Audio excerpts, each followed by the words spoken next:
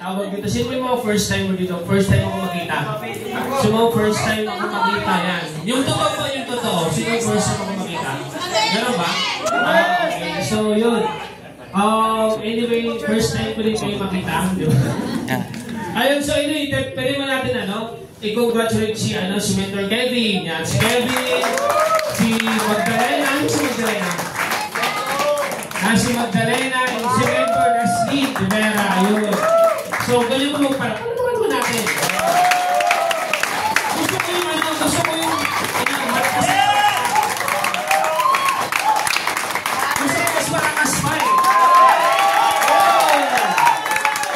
And then, palapakan natin yung pinakamagandang host natin. Si Rizal, especially palapakan mo rin ang sarili mo. Yes! Anyway, ang babaw na palapakan mo sa sarili. Para sa sarili mo yan, ano ba dapat palapakan sa sarili mo?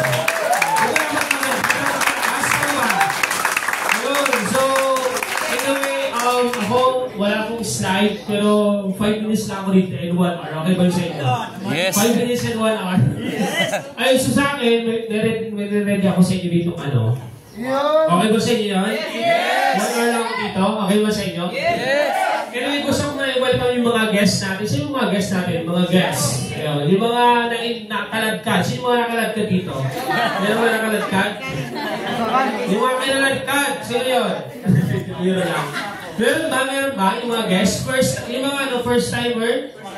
Ay, yung mga natin, mga new havers. Yung mga new havers natin dito? Yung mga new havers ba? Meron ba? Yun. So, paano natin mga new havers? So, for example, Bicol ba na kayo? Or galing kayo sa Caloocan, Manila. Caloocan. So, yung iba? Mga taga saan kayo? Negros. Okay, yung iba? Naga. Yung iba, walang pakialam. So anyway, welcome to Technocrat Community. Welcome. Mga bagong papayamanin natin. Ano ba? So anyway, sa akin naman, share ko lang sa inyo, tawag dito. Paano ko simulan ito? Anyway, ako kasi, travel na lang ako eh. Travel ako sa February, sa LU ako, 3 days ako sa LU. March naman, galing ako sa Coron, Palawan. And April, galing kami sa Cuyatcan. Masarap ba yun? Parang sarap ang buhay, no? Anyway, pa-travel na lang ako, hindi ko alam bakit eh.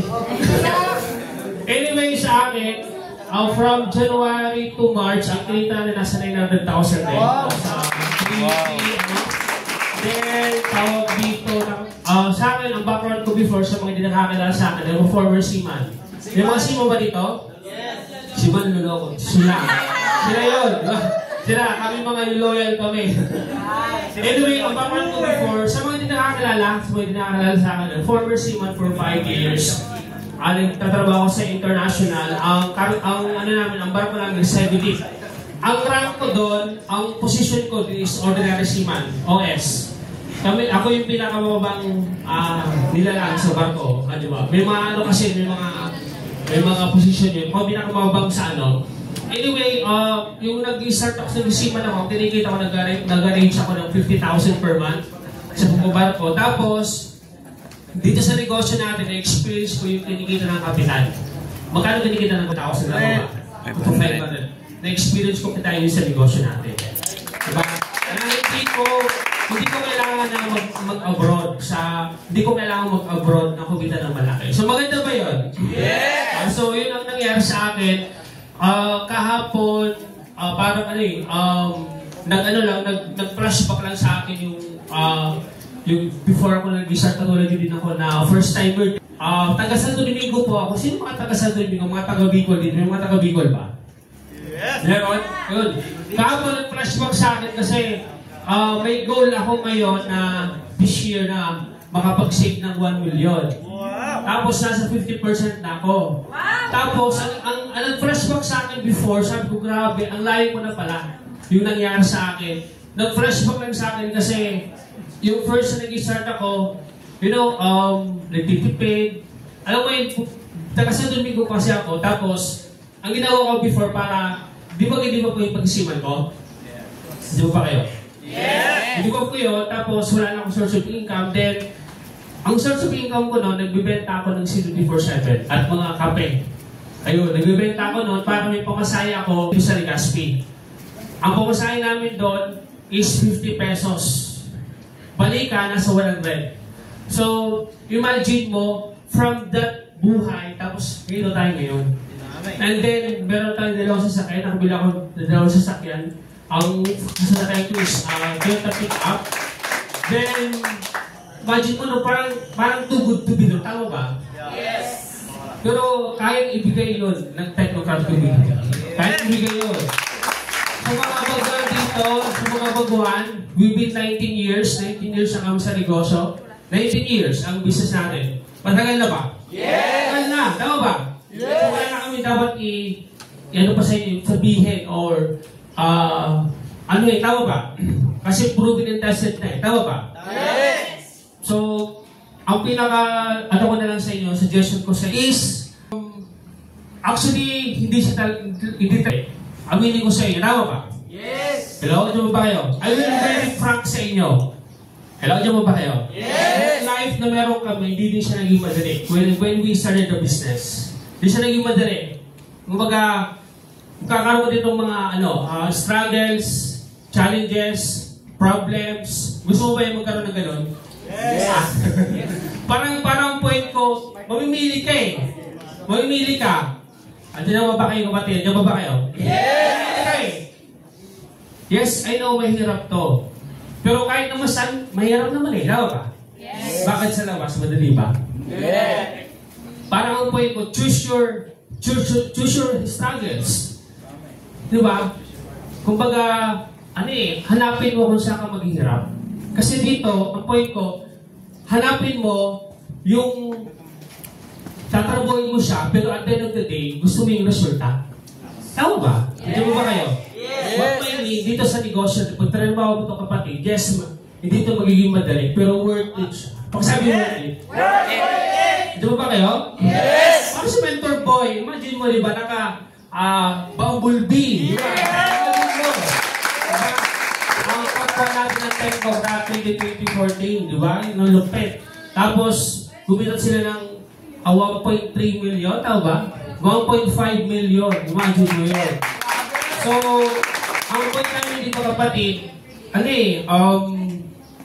tawag dito, pwede talaga mangyari sa inyo. Posible pwede. Tama ba? Yes! Kasi hindi ba naman kami before? Katulad mo din naman kami nangarap. Tama ba? Yes! Alam mo ba kayo? Yes! Ang point ko dito, may ko sa inyo, parang alam mo bang bamboo? Kakita na ng bamboo. Yes! Ang bamboo po, before siya tawag dito, tumalubo, nagbigbigol kasi tumubo, before siya tumubo, it takes 3 years. Imagine mo, pag tumaling ka ng bamboo, hindi tutubo siya ng 1 year, 2 years. Mag-aantay ka 3 years. Pero pag tumubo naman siya, ang bilis niya. Ganun po, parang sa negosyo natin, ganun din po yun. Andiyan mo ba kayo? Yes! Ang tinatanong mo kasi dito, hindi naman munggo. Tama ba? Yes! Hello? Yes! Ang point namin dito kapatid, pag tinanim mo dito sa tamang soil, tama ba? Yes! Di ba kasi Technocrat community? Kino-cultivate na namin dito. Tama ba? Yes! Ikaw naman yung next maging inspirasyon ng karamihan. Gusto mo ba yun? Yes! Tama ba? Yes! So, ang ginagawa mo dito kapatid, sa negosyo natin, pwede mo makuha yung mga pangarap mo dito. Yes! Sa negosyo natin. Naniniwala ka ba doon? Yes! Maniwala ka. Kasi, we've been there before that. Tama ba? Yes! Then, last na lang sa akin ito, gusto ko sabihin sa inyo, pakasabi, be a leader. Be a leader! Kasi wala naman na umasenso sa negosyo o kahit sa anong field na hindi leader. Tama ba? Hello? Dapat leader ka. Pakasabi leader. Leader. Pakasabi leader ako. Leader ako. Ano ba ang characteristic ng leader? Ano ba? Ano ba ang characteristic ng leader? Dapat role model ka. Tama ba? Yes! Hindi ka dapat pasaway. Tama ba? Yes!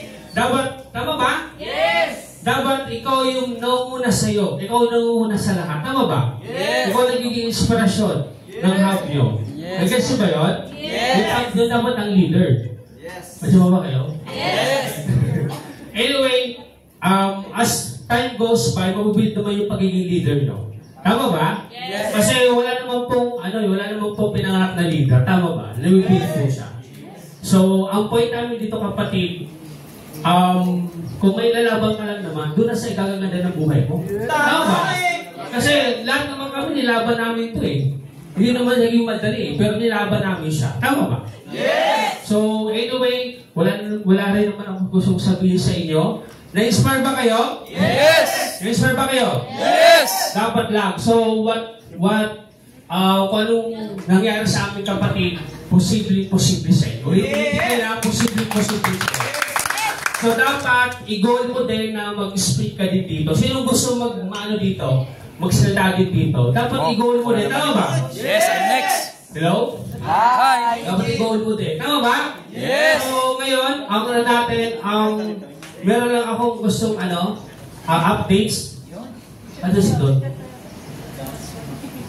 Okay na. So, meron pala kami dito okay, Don. Anyway, lang to mga perks. Meron pala tayo dito Technocrat Planner.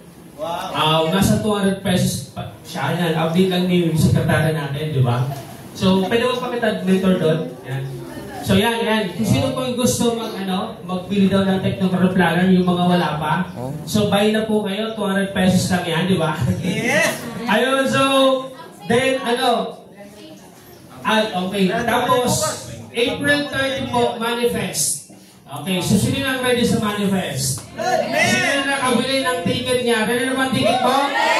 Ready na? Ikaw mo mananalo ng card? Dapat meron kang ticket. Sino mo wala pang ticket? Sino wala? Dapat pumili ka na. Tama ba? So yun, and then ang sales po natin is nasa 1.9. Yun, so imagine nyo po. Sino may mga ambag? Mga ambag kayo na sales.